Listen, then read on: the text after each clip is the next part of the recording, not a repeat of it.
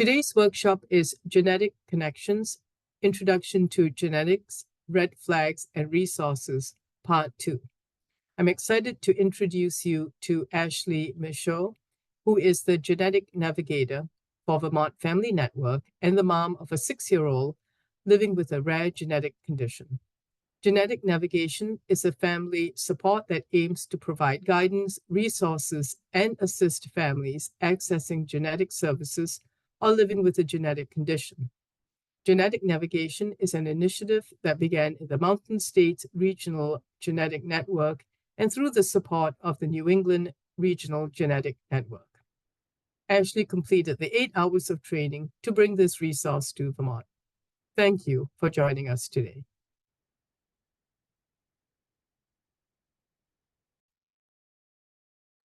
Oops, Ashley, you're muted. Thanks. I knew that was going to happen. I'm just going to share my screen here.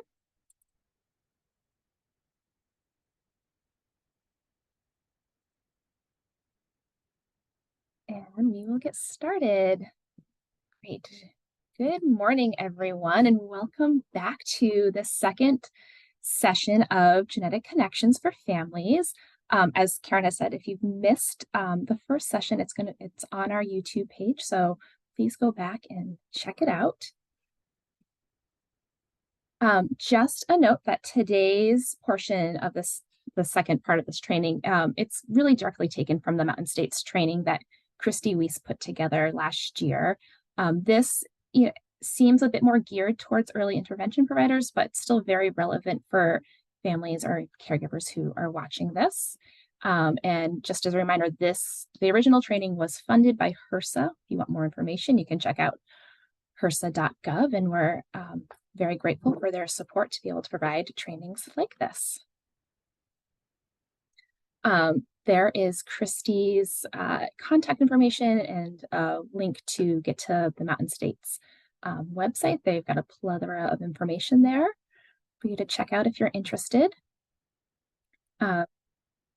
And then today is this module 3, and we're really going to be talking about case studies of 4 families. These were stories that genetic navigators supported in the Mountain State regions.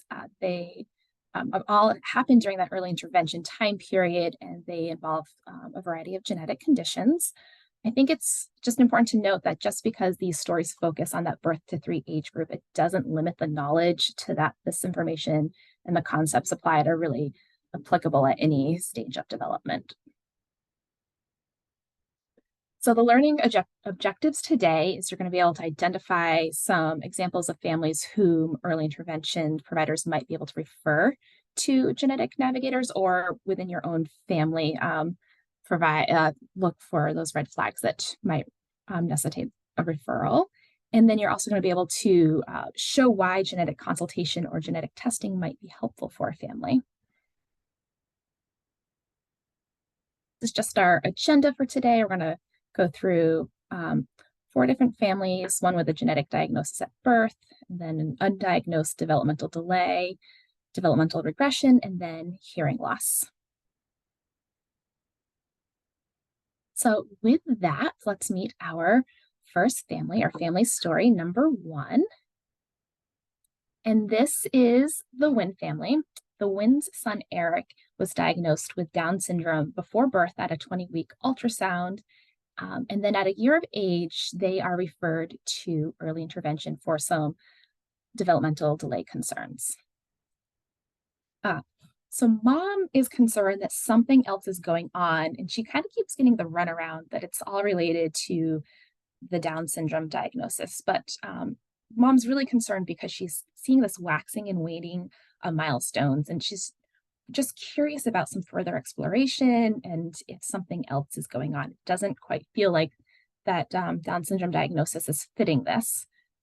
The occupational therapist who's in the home to see the family actually notices this waxing and waning as well that mom is concerned about. So she's able to document those milestone changes for mom.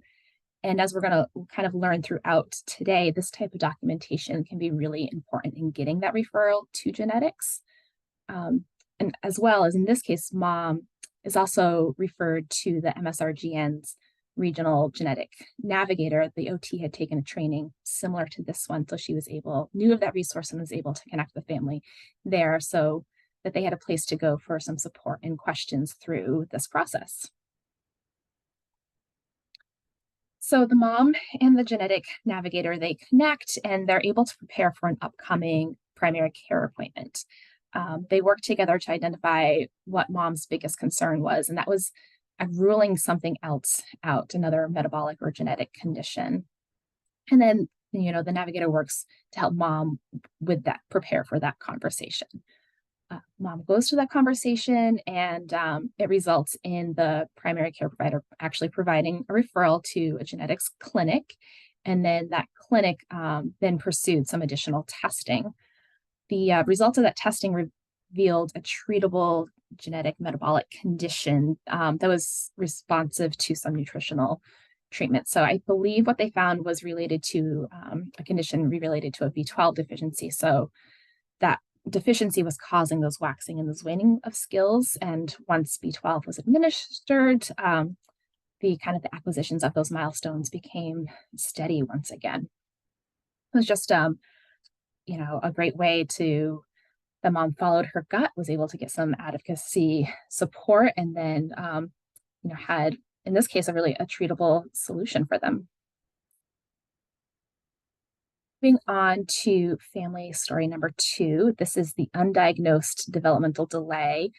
Again, this is taken from that Mountain States region, but my guess is it's similar in Vermont, that EI providers are experiencing and seeing a lot of this undiagnosed developmental delay in those early referrals for families. And that, makes sense given the length of time it can take to get into a developmental clinic. So this is the Abibi family and their son, Sahil. Their story is that Sahil is referred to EI at 1 year old because of some developmental concerns. Historically, mom's history was the pregnancy and the birth were fine. So EI comes in, and this situation, the physical therapist was noticing some skeletal deformities and gross motor delays that had not previously been noted or followed up on by the PCP. So something no one had noticed before. And the physical therapist suspects an underlying genetic condition, but kind of how their EI teams were working in the Mountain State regions is they had a little bit of hesitancy to kind of make those type of referrals to the medical community. They were worried about working outside of their scope. But the PT had attended some trainings through the MSRGN genetic region and knew about genetic navigation. So she was able to connect the family with genetic navigation. At least she was comfortable doing that. So once the PT and did connect mom with that genetic navigator, the navigator strongly recommended that mom get the physical therapist to document her concerns, get them in writing, so her concerns and observations, so that when mom went to the doctor, there was some evidence, and it didn't put mom in this situation where it was the family's word against the doctors. There was some supporting evidence there for them. The navigator then helped mom define her top 3 questions and concerns to bring up to the doctor, kind of organize her thoughts around it all. And mom was armed with all this knowledge, and she, when she went to the PCP agreed with the PT's findings and referred the family on to genetics. And then the genetics specialist then ordered testing, which revealed a genetic diagnosis of MPS1, which is mucopolysaccharidiosis, or Hurler syndrome. And there were several therapies available. So just, again, another story about a family having knowledge and the skills to advocate for their needs. And that brings us to family story number 3. And this is about developmental regression. So here we have the Xavier family. And This is a family that was new to the region. They had just moved there for dad's job, and they had self-referred to early intervention because their daughter, who at the time was 16 months old, she wasn't walking yet. So they self-referred, and then mom also brought it up to her PCP at their 18-month well check. In this case, the PCP wasn't concerned because her older sister had been a late walker. So I was left with a kind of just, you're an EI, wait and see. But mom also did bring up some of these concerns with the SLP who had come into the home to do the evaluation.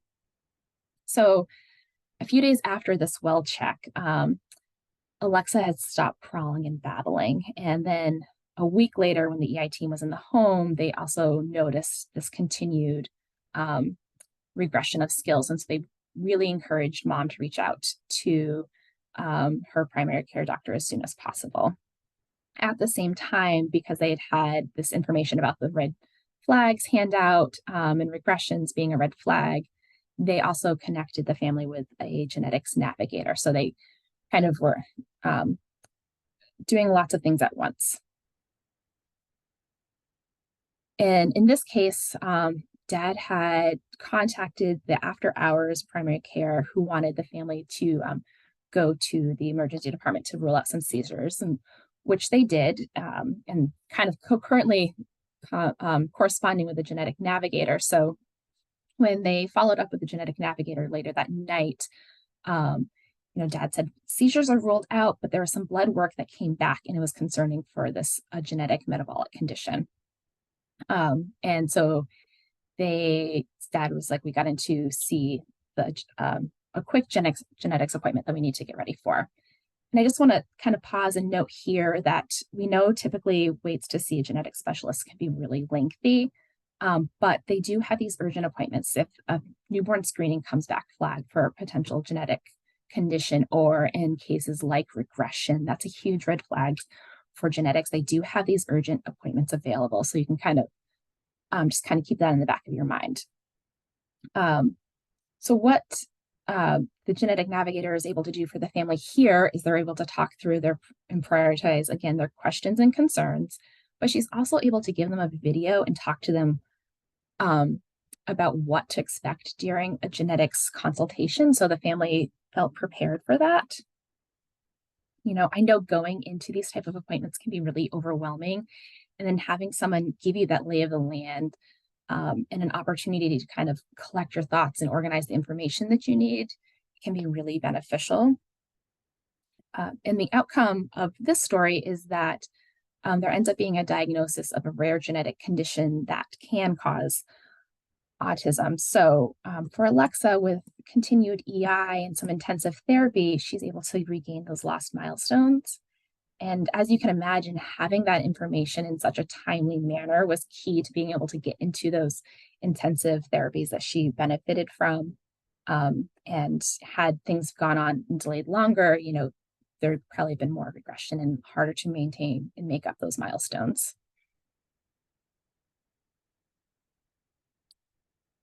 And then here we are at our last family story. And this is a story about hearing loss. I have learned so much over the last year about the connection between genetics and hearing loss. It's been really fascinating to learn about that. So I'm excited that there is a case study here to look at. And in this family, this is the Yen family, and they have 4 young children. So their youngest is diagnosed with connexin 26 at birth after a newborn screening hearing test. And I just kind of want to note here that if you look at those letters, connexin 26 and then CX26, you can just see how these names are kind of created and how these letters are come up with. They're kind of linked there. And then, but just, thinking about connexin 26, and what's important here is that it's responsible for about 50% of non-syndromic hearing loss. So they have this baby who has connexin 26, and they also have a 2-year-old who is in early intervention, and not for hearing loss, but for speech concerns. mom takes this new information about Connexin 26 to their doctor, and is connecting like, hey, I've got a 2.5-year-old, we have speech concerns, we now have this hearing loss. Could this be related? And the PCP is pretty adamant that it can't be related because the newborn screening test was normal. I just want to kind of pause here and bring us back to our last session together and myth busting. And just remember, it's a myth that all genetic conditions are found on newborn screening. It only, the heel prick test only tests for about 30 something, and then the hearing test. So we'll kind of walk through that more in a little bit, but this PCP was convinced that the newborn screening test came back normal, so it can't be related to this Connexin 26 for the 2.5-year-old. I think you guys can probably guess what the EI service coordinator does now. She connects the family to their state's Genetic Navigator. And I just love what the Navigator was able to do for this family. So they connect over email, and the Navigator actually helps the family gather some more information about Connexin 6. She uses the GUARD website and was able to find, some not too technical, not too medical jargony information. And through that information, they learn that Connexin 26, with their genetic change, the hearing loss, it can be present at birth, or there's a different phenotype. And a phenotype is just, a way it presents, and it can present with a progressive hearing loss.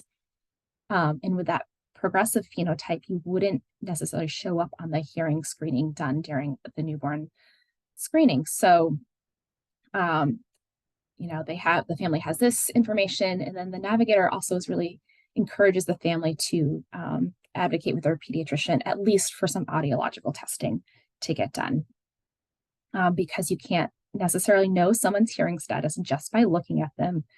In a similar way, you might not be able to tell someone's genetic status by looking at them. So the family, they've prepared for this appointment. They've got some new information, and the PCP then agrees to make the referral to genetics and audiological services. So the child is actually diagnosed with significant hearing loss at the age of 3 years old. And the importance of this case study is it just encourages everyone to think about the family as a whole. Again, if we think back to our first session a few weeks ago, one of the reasons to explore genetics can be to help find information for other family members as well. Who knows how the story would have ended if they didn't have this information about Connexin 26, and how long would have this 2.5-year-old gone without the appropriate services to and information needed for them. It's just kind of this reminder that genetics can be a really powerful tool. Okay, so that finishes up our case studies. And I want you to keep these case studies in mind as we kind of dive into Module 4. And so with Module 4, we're going to take a deep dive into the red flags infographic and kind of dissect it a little bit, from more information, how it was made, and then really talk about those. We have this genetic concerns. We have this advocacy. What are those next steps to getting to see a genetic specialist? So with this one, our learning objectives are that you're going to be able to identify 3 red flags suggesting a need for genetics. You're also going to understand the importance of a primary care provider's role or a medical home's role in a path to genetics. And then finally, you're going to be able to explain how to connect with a Vermont Family Network navigator. Here's just our agenda to get through this next half of this. We're going to look at the red flags, the path to genetics, talk about medical home and a medical neighborhood, and finally just wrap up with Vermont Family Network's genetic navigation. So here's our infographic one more time. And just kind of a note about that, these were all self-reported warning signs or symptoms. And I may have mentioned during our first training, but 89 of these red flags were noted before the age of 4. So just really highlighting the importance of that birth to 3 age for families or any early intervention providers who are watching this. And I think, during that time frame, that's just so important to remember that going with your gut, if something seems off, say something, and for our early intervention providers too, doing the same thing. And this can be a tool to help guide those conversations around concerns that you have. So the infographic, it's broken into these 7 categories, and we're just going to take a closer look at the language used on the handout. One more reminder that just because you're noticing some warning signs on this, it does not automatically mean that there's a genetic or metabolic condition. It's just more evidence that genetics should be explored. There are many other causes for some of these red flags that should be considered, but what families were really reporting on this is that after some of those other causes had been ruled out, and then you were looking at the conglomeration of these red flags, that's what led them to genetics.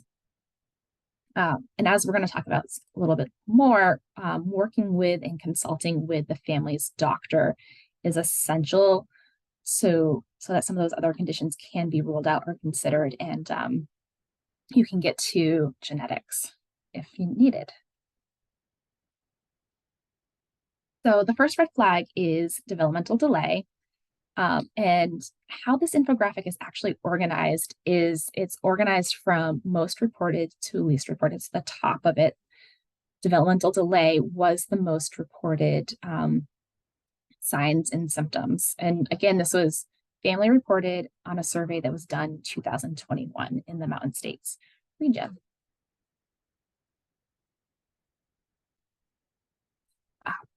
One of the benefits, I think, of this, again, is that the terminologies, the wording used on it is the words that families were using to describe what they were seeing. So it's family friendly. It really incorporates a family's perspective and health literacy and the understandability of it. So developmental delays were the most reported, and within that domain, physical or motor delays were the most reported developmental delay. So things like not rolling over, walking, crawling. And then going down the line, there were speech delay concerns, things like not babbling or responding to their name. Families were reporting adaptive features, and those things, they were saying things like, they're just, they're not using their hands or fingers how I'd expected them to be, or their coordination was off. And then with cognitive, they'd be saying things like, they just don't seem interested in playing, or they're unable to play. This domain also looked at social and emotional concerns, not smiling, difficulty interacting with other, having that back and forth reciprocity. And then lastly, the loss of any milestone. So we saw that in one of our case studies, that regression. And again, this is something, if you're seeing a loss of milestone or regression, really reach out to your medical care team as soon as possible so that they can be aware and coordinate care, urge you to seek medical attention if necessary. Then the second most reported category was physical features. And so a physical feature, that's something that we can see or physically examine on a child. You can see in the photo, the measuring tape around looking at heads, done in a lot of well checks. And so this would also include things like extra fingers or toes, having a large or small heads, which you might hear referred to as macrocephaly for a large head or microcephaly for a smaller head, cleft palates, or different facial features like having a small chin or a wide forehead. I know in my daughter's case that there can be some droopier eyelids, but also the bridges of noses tend to be a bit flatter, and she certainly has some of those features. Another thing to watch out for is frequent joint dislocation or spinal deformities, like we saw with Sahil and the Abibi family. Just want to remind everyone that just because you have scoliosis, which is a spinal deformity, that does not mean that that is a genetic condition at play. So again, these are just red flags to be considered. There's lots of other causes that should be ruled out. Thirdly, we're going to discuss the topic of feeding issues. And these are issues that might begin right at birth, things like a poor latch or struggling with breastfeeding, difficulty swallowing, poor appetite was listed, being feeding tube dependent. It's not listed here, but I believe one of them also is, you can have a poor appetite, but it could be the opposite, that you have a child who has a voracious appetite. And then things like vomiting or gagging on food. Those vomiting, gagging, especially in young babies or babies first learning how to eat, those might seem pretty common. You think about spit up, that's a pretty common issue with babies, reflux, but it's important to think about the length of time that it's happening and the duration of it, how long has it been going on.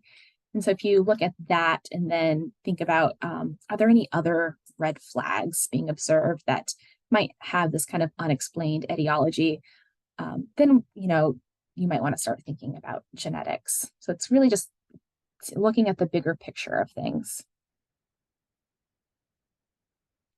Next category is behavior.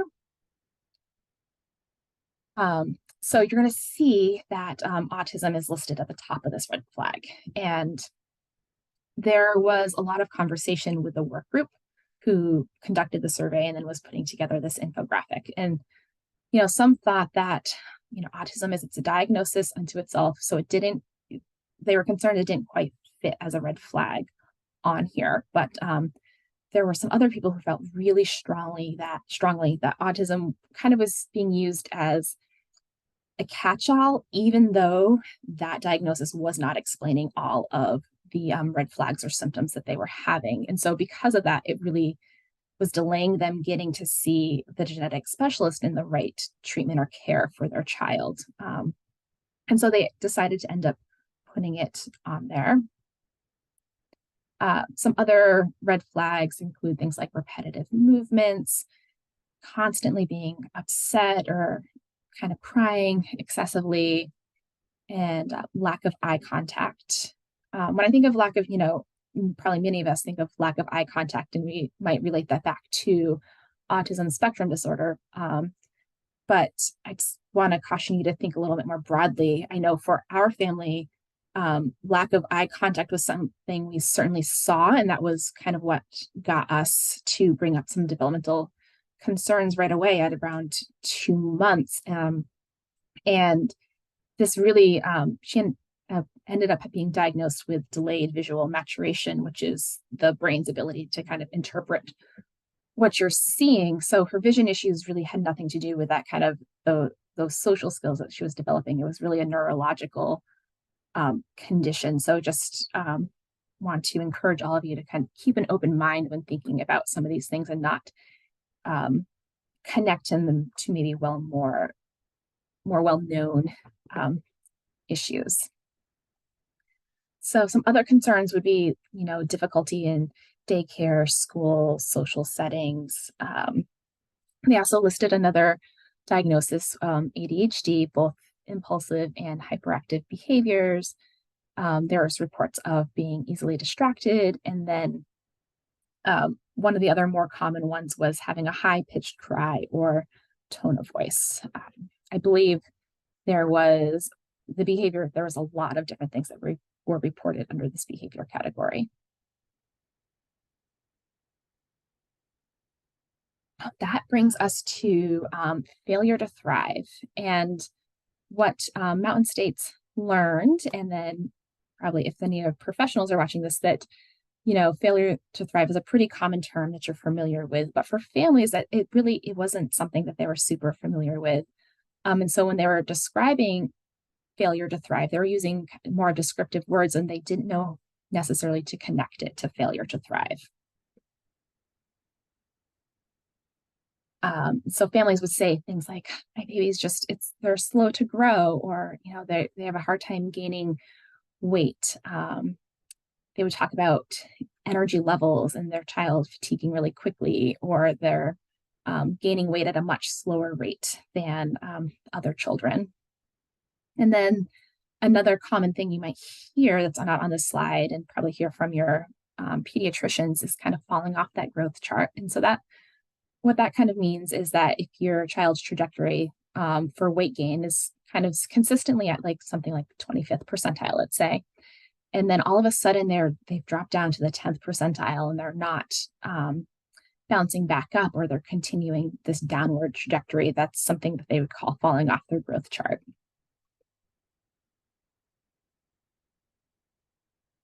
And then I believe this we're up to our sixth category. So another really familiar category for clinicians and interventionists would be the strength and tone category. And you're going to note that we use the family's verbiage on this a lot, and then but also added in the clinical terminology, so kind of paired them together. So many families are going to describe their child as being floppy or stiff, and the clinical terminology for that being hypotonia is more of the floppy, the low muscle tone, and hypertonia is having more a high muscle tone, being a little bit more stiff. And other red flags that might be seen are things like not attempting to roll over or hold their head up when they're on tummy time, kind of this general muscle weakness or floppy body. And then head lag, as you can see depicted in the photo, the test that your doctor commonly does during those well checks is raising up to see if there's any head lag, and if there's some instability or lack of control of head, that could be a red flag for you. And then finally, we get to this other category. It's a bit of a catch-all. So these are things that didn't quite fit into the previous 6 categories. One of the top ones listed was seizures, and then sleep concerns. A little bit about our family is reflecting back, and I think sleep was probably one of our first red flags. When we brought Hazel home, we thought we had the best baby in the world because she just wanted to sleep through the night. We quickly learned that was not normal, and I think we ended up having to set alarms like every 2 hours or something to wake her up to eat. But that can be a red flag for genetics. Also, things like fatigue, lethargy, those could be other red flags. And if you keep looking down, this kind of mixed group on the list, it's really a list of pediatric specialists. And if you're thinking back to our first 2 modules, we had that rule of thumb: if 3 or more systems seem to be impacted, then genetics should be considered. It could be what's causing all of this. So hearing and vision concerns, neurological concerns that include things like headaches or migraines, anything pulmonary, cardiac, gastrointestinal, GI, as well as bruising and immune system issues, those could all be red flags for genetics. Okay, here we are, back to our handy dandy infographic. And you're going to see that, we're going to talk about the circles on those, and those are just circles that were put on there to really demonstrate how you can use this. You can take this infographic and you can circle the flags or symptoms, the warning signs that you're seeing. And then you can bring that right to your primary care provider. And, so you have this documentation of what you're seeing. If you're an early interventionist, you can do this together with a family. It can help start some of those conversations as well. It's just can be a really useful tool. The language, it's really family friendly. It makes sense. I remember when I saw this for the first time a year ago, I was just blown away at how comprehensive it was. But then I looked at it and I saw my daughter all over the place. It was like a perfect picture of her. And, we had already had our diagnosis, but I can just have imagined being able to use this to start some of those conversations to help understand what was going on and kind of see that bigger picture for her. So I just kind of can't say enough what a wonderful, useful tool and infographic it can be. So now I want to talk about kind of that path to genetics. How do we get there? What's needed to happen? We have some concerns. We're starting to have some documentation. How do we get from our PCP to a genetics doctor? What does that look like? So in Vermont, you have to have a referral from your primary care provider to see a genetic specialist. And from the conversations I've had with the genetic specialist here, this referral, it's going to be really essential and really helpful if it can be really specific and clearly list concerns.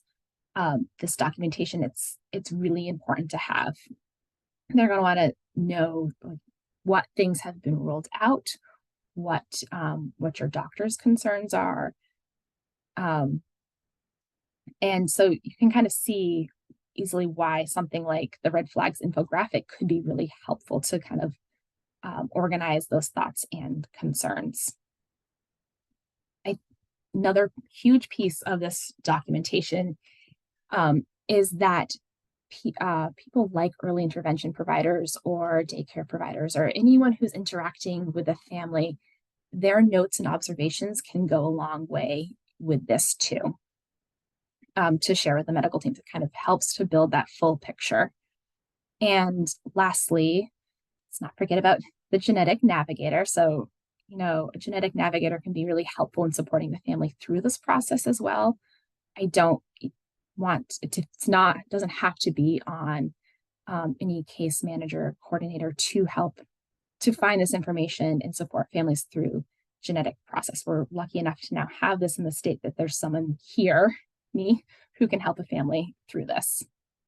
And tying it back to our case studies, that navigator really served to prepare the family to have those conversations, to empower them, to help them advocate, to go in with a plan of what was important, what questions they wanted answered, and they wanted to get those answers, as well as just preparing for a genetics appointment. It can be a lot to wait for this appointment and then go in and not understand what's going to happen. What's the difference between a genetic specialist and a genetic counselor? What kind of information are they going to be looking for? So I think being prepared for that can just make the appointment more efficient and get to those answers that we're all looking for a little bit quicker. And so that brings me to the medical home and why is really important in this context. So when you're going to see a genetic specialist, and if you receive a genetic diagnosis or are living with a genetic diagnosis, the idea of a medical home is really important.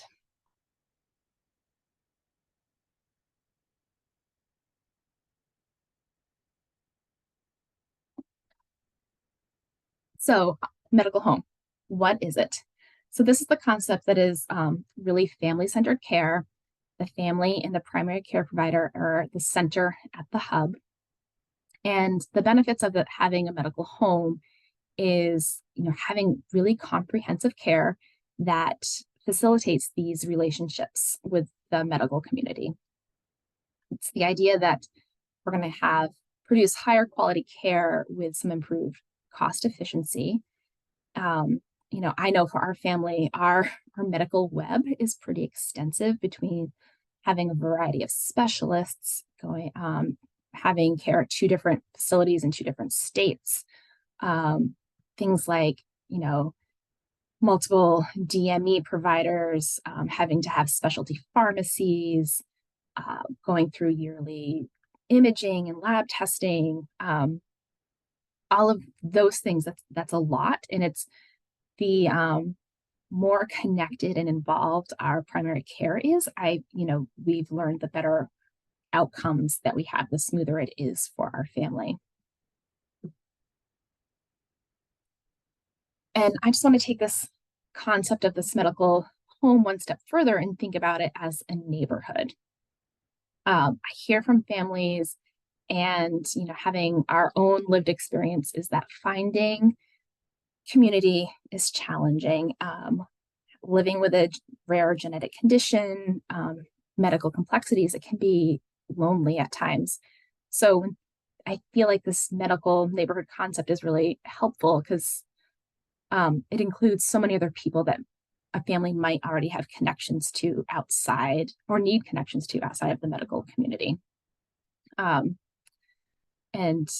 building those connections, it's just better off for the whole family's well-being. So you'll see places listed like faith organizations, your preschool and school communities, your designated agencies or other public health agencies. This model adds early intervention services here. These are all really important places to families. And just want to note here that Vermont Family Network and any other family-to-family F2F parent-to-parent organization is definitely part of your medical neighborhood as well, and really a valuable tool and resource for you.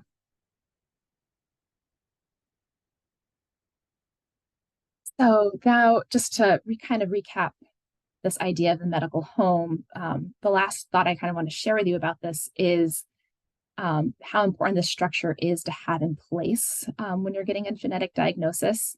Some people are going to think that, okay, you're going to see a genetic doctor, you're going to get this genetic diagnosis, and then it's going to be that specialist who kind of continues to manage the care. And more often than not, that might be the only time you're going to see that genetic doctor. There's not going to be ongoing care from them. I think in rare cases, if your genetic doctor is also a metabolic specialist and you have a specific metabolic condition, there might be more follow-up due to that. But in general, the overall management of this care is probably going to be kicked back to your primary care provider. So they're really going to go back to being the hub of having to have a large, broad knowledge about your diagnosis and really be essential to coordinating the care and making sure that any subspecialists you need to be seeing are all connected together and aware, keeping that communication flowing.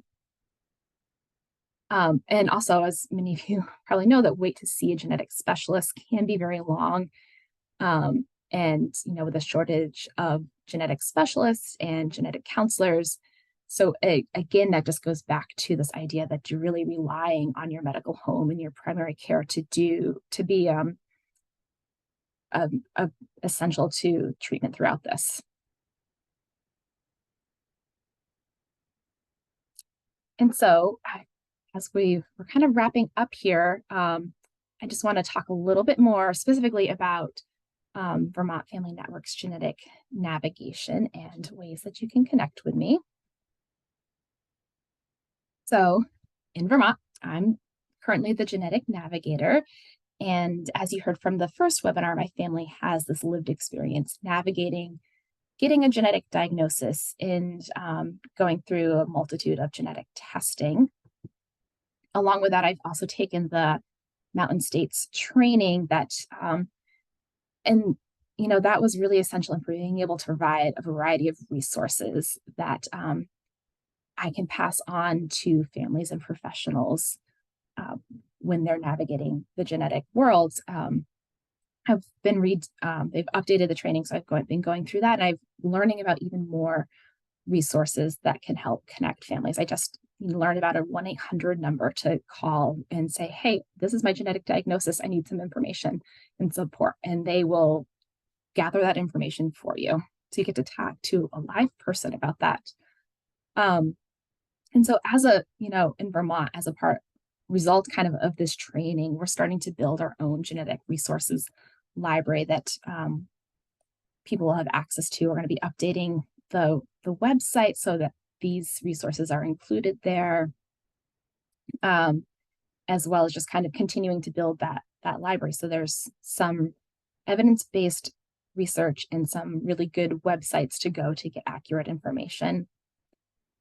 Another resource is our YouTube page. So that's going to have trainings like this on it, but I also want to highlight that we did a series of videos, oh my gosh, probably like 6 months ago now, and that's a 3-part series. What is genetics? Why genetic information might be important, and what to expect at a genetics appointment. And these are translated into, I believe, 5 or more different languages. Dr. Green was wonderful and able to help us with those videos. And so if you or someone you know might benefit from them, please check them out on our YouTube page, or connect with me as a genetic navigator, and I can help connect you with the right translated resources. We're also hoping to get this red flags document translated as well. We're just kind of waiting for some approval to get it done. So that's a little bit of our resources that are coming to look out for. And here is our contact information. There's our phone number and the email to get to the helpline. And if you put genetic navigation as the subject, then it will get to me and I'll be able to connect with you to support you in whatever you need support for. And kind of just as a reminder that I and everyone at VFN is here to help you raise your voice up and advocate. When this is over, I'm going to throw my email in the chat for you if you have any questions about this particular presentation, that we can connect that way about that too. And as a final reminder, what does DNA have to do with it? Don't navigate alone, do navigate alongside. We're here for you. So that wraps up the presentation. Before we get to any questions or comments that came in, I just want to take about 60 to 90 seconds and give everyone a chance to fill out the survey. We love getting these survey results. They're really important for our funding and for us to be able to continue to do what you do. And while you're doing that, I'm going to put a couple of resources in the chat for you. Thanks.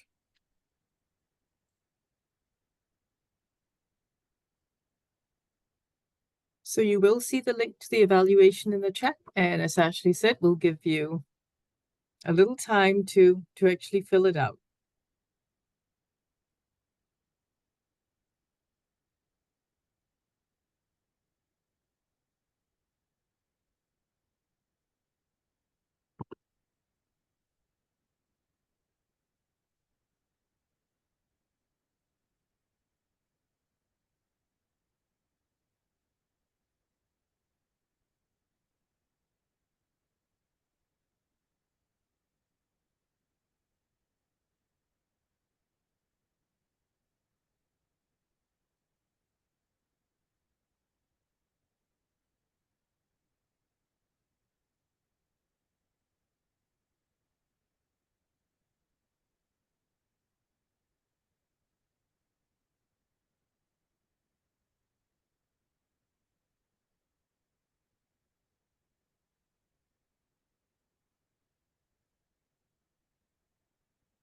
It's amazing how long 1 minute is when you're actually sitting through it.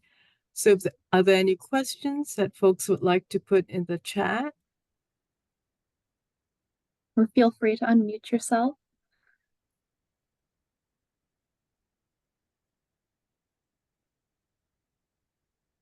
So Ashley, do parents find a PCP generally a little reluctant to recommend genetic testing? I think I think it can depend on how it's presenting and if it's seeming more obvious and there's not an easy explanation otherwise. I'm not hearing too much of that. That's this wait and see. I think when we start talking about things like having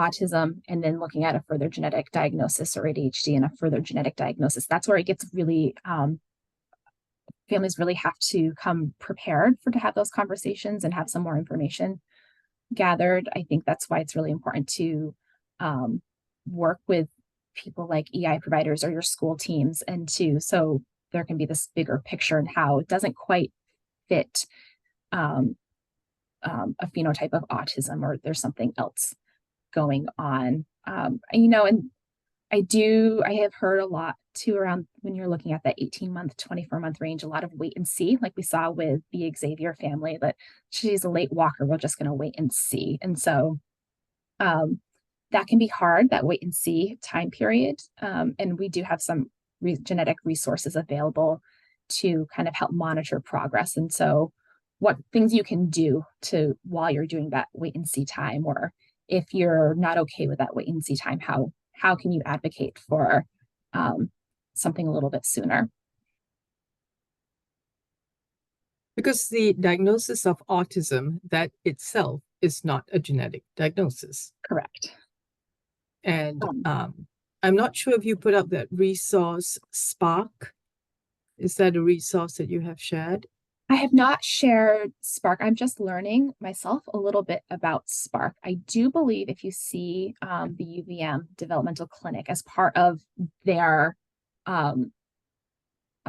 evaluation, they do take a sample to send into Spark, and Spark is an autism specific kind of database building the autism genomic information. And so what I've sort of learned is that you'll send your sample in, and you may or you may not hear back from the people at Sparks, their genetic counselors. If the sample comes up and there's a known gene associated with it and there's information, then you'll hear back from them.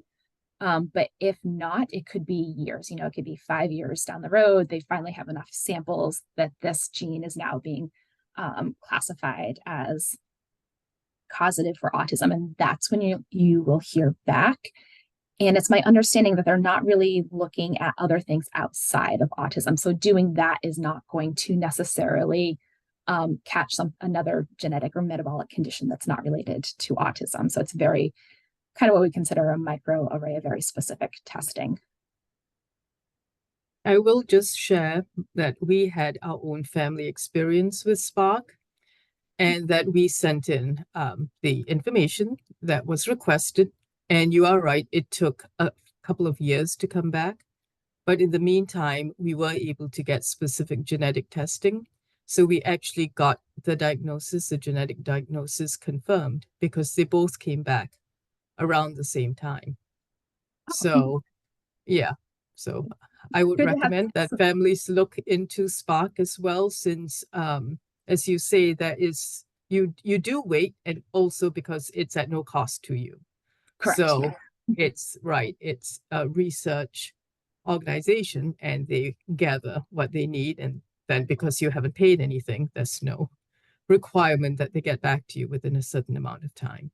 Yeah. So I think that's a wonderful resource, and it's a wonderful free resource, especially if you're just looking for more information regarding autism specifically. I think if you have concerns that are beyond that, then you're going to want to advocate to see a genetic specialist. And I believe right now in Vermont, there's just some conversations starting with primary care and how this genetic testing can look in terms of autism, and kind of figuring out when to see a genetic specialist. What does that look like? What's going to be presenting there, and what might be Spark might be the right route for. So more to come on that, just some early conversations around that. And do adult PCPs also encourage genetic testing? Oh, good. Or is that even further down on the list of? I believe that's really much further down on the list. That's a good question. I don't have a great answer for, but I don't hear about a lot of genetic testing coming from adults. I think it's really centered around these early years where genetic testing might seem more likely. I also think that's you're probably more likely going to working with specialists, be like, have a genetic connection there than your primary care providers once you're into adulthood. Well, if there's no other questions, thank you everyone for watching and learning. Please reach out if you or someone you know needs some genetic navigation, or if you have any further questions. So yes, thank you, Ashley. We really appreciate the information that you've shared. Great. Thanks, Karen. Take care, everyone. So goodbye, everyone.